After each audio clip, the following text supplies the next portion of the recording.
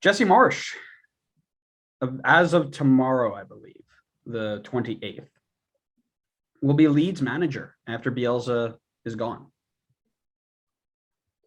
Now, as I mentioned earlier, I don't really want to talk about if he'll be successful at Leeds or not. That doesn't particularly matter to me. But what I want to know is how this affects both the men's national team as well as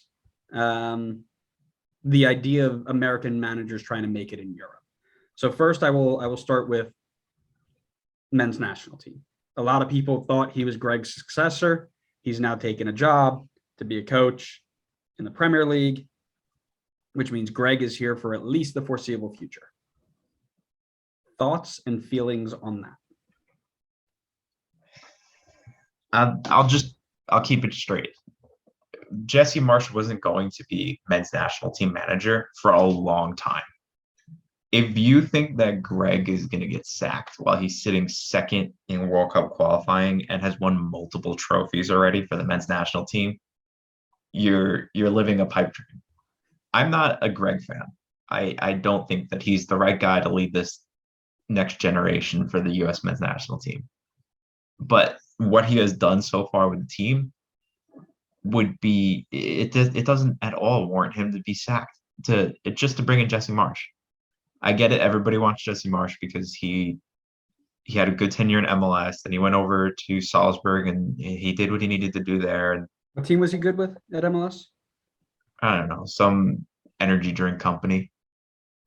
And then he went over and got the opportunity to coach at Leipzig, which is a big deal. We don't really see that opportunity for American coaches, but he was never going to be men's national team manager for a long time. If Greg's going to get sacked, either one of two things has to happen. We have an absolute collapse and we miss the World Cup, in which case Greg's probably gone. Which obviously, if you're a USMNT fan, you could hate Greg with all your being. If you wish for the US team to miss the World Cup just so Greg gets fired, you're not a real fan. Go to Mexico. Yeah. Yeah. I completely agree there. If hopefully Greg doesn't mess that up and we do make the World Cup, the next opportunity for him to get sacked is if we don't perform well at the World Cup, which is December 2020 or winter 2022. That's a huge period of time. Did people just expect Jesse Marsch to sit on his couch for that time and just do nothing and be like, hey, I'll just wait for Greg to get fired so I can coach him? Of course he's going to go look for a new job. Like, if you got fired from your job, you're not just going to sit on your couch and wait for the next opportunity for the next 8-10 months. So yeah, if you were hoping Jesse was going to become the next men's national team manager, you're going to have to wait for a while because it wasn't going to happen anytime soon. I am right on board with you. There's a lot I think that we share in that mindset. We know we love numbers on this podcast. Yes. Greg is statistically the best manager we've had since Bruce Arena. I get he's got a better team. I get that he's playing against maybe lesser opponents, but numbers don't lie. However, it's very clear that his tactics are plain. They're boring. They take away from our ability to play, and he's not quick enough to make the changes. I think he's the right man to get us to 2022 because the U.S. men's national team goal is not to be successful at the World Cup. The U.S. men's national team goal is to go to Qatar. At the end of the day, it doesn't matter if it's pretty, doesn't matter if it's clean, doesn't matter if we put 11 people inside the goal and just stand there for 90 minutes to get 1 point to get on the plane. That is the job. After that, no matter what happens, I think they start looking. Unless Greg takes us like the quarterfinals. But I agree. I don't think he is the guy for the golden age of our men's national team, if you want to call it that, right? However, he is the guy who gets us in. And if Jesse's available in 2023, 2024, let's get him. But Greg is a guy for the next 10 months. So I'm right on board with you there. If Jesse's available in 2023, That's not a good sign. Maybe he shouldn't be the manager then, because that means he'll have gone back to back unsuccessful stints. Well, this brings me to my next question. Uh-huh. What does this mean for Americans in Europe trying to be managers? You know, he's the first. He will be the first men's American manager since Bob Bradley and David Wagner. David Wagner was like a German American, right? Mhm. Bob Bradley lasted like 2 months. 2 months. That was wild. That was so unfair to him, but that's a whole other story. And that's my point. Going back to your question, if he's available at 2023, is it really him, or is it? It could be. It could be. Is though. it English? Or is it English? The people in charge who are from an English descent, who think that the Americans can't be successful no matter what they do, and give him zero leadway. And if he loses a single game, he's out. So I wouldn't necessarily say if Jesse's available in 2023, let's be afraid.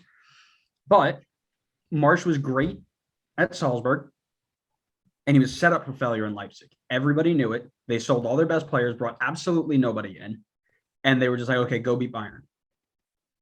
Of course he was going to get killed. Yeah, but why is the replacement doing so much better though? It's the same team. There was I gotta find the article. There was an article out there that basically was like nobody in Red Bull Global expected Jesse Marsch to succeed. They basically just said go out and do your best and wait for this other guy to come in. I don't know if it's a tactics change. Like they wanted him to play his style. I don't know if I haven't watched Leipzig, but I don't know if it's a tactic change or whatever, but there is an article that I read a couple months ago that basically said Marsch was set up for failure and everybody knew it. Even he said it. And, you know, it was whatever when he left. But now he's got the chance to take a team that's already set up for a high press system, right, in the Bielsa world, and work to impose that system on this team. In terms of what it means for Americans, if he finds success, this is groundbreaking. We've never had a successful American manager in the Premier League. This will be a pathway for many, many, many American managers, not necessarily to make it in the Premier League, but to work their way through, much like players do, right? Start in League 2, League 1, get their team to promotion, really show the world that Americans are not just a bunch of dump and chase, be really physical managers, and that we know the game. If he doesn't, not much changes, I don't think. But he has the potential to pave the way for American coaches everywhere to be successful in the English world. I think this stint with Leeds is going to be super important from a men's national team perspective to see if Marsch's tactics can work in Europe. Because as of right now, I'm not convinced. I understand that he was set up for failure at Leipzig, but Salzburg was also just a given. Like, you're going to win the league every single season. You have infinitely more resources than every other team.